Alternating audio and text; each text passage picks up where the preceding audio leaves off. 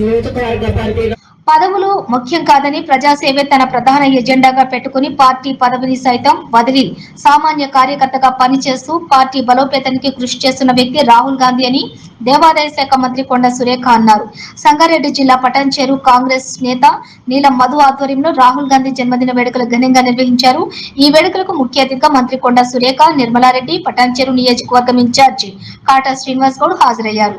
కాంగ్రెస్ కార్యకర్తల సమక్షంలోని రాహుల్ గాంధీ జన్మదిన కేకును మంత్రి సురేఖ కట్ చేశారు. ఈ సందర్భంగా ఆమె మాట్లాడుతూ తెలంగాణ రాష్ట్రంలో ప్రవేశపెట్టిన 6 గ్యారెంటీ పథకాలు దేశవ్యాప్తంగా మంచి పేరు సంపాదించాయన్నారు.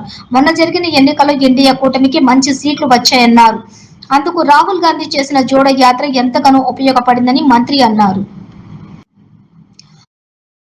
ప్రత్యక్షించినటువంటి వివిధ స్థాయిల్లో ఉన్నటువంటి కాంగ్రెస్ నాయకులకు మరియు కార్యకర్తలకు, ఇక్కడ వచ్చినటువంటి ప్రజలకు అందరికీ కూడా నా హృదయపూర్వక నమస్కారం. ఈరోజు రాహుల్ గాంధీ గారి 53వ పుట్టినరోజు సందర్భంగా పెద్ద ఎత్తున ఈ కార్యక్రమాన్ని ఏర్పాటు చేసి నన్ను ఆహ్వానించిన మీ అందరికీ కూడా ప్రత్యేక ధన్యవాదాలు తెలియజేసుకుంటా ఉన్నాను.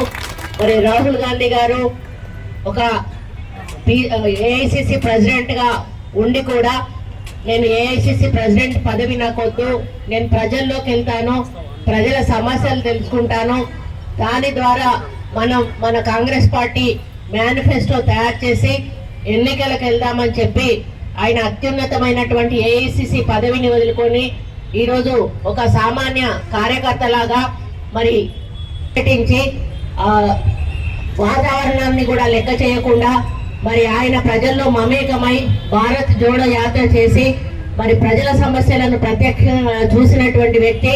మరి ఆ ఉద్దేశంతో ఆయన ఆలోచనలతోటే ఈరోజు కాంగ్రెస్ మేనిఫెస్టో తయారు చేసి 6 గ్యారంటీలను అమలు చేసే కార్యక్రమానికి మన తెలంగాణ గడ్డ మీద శ్రీకారం చుట్టడం జరిగింది.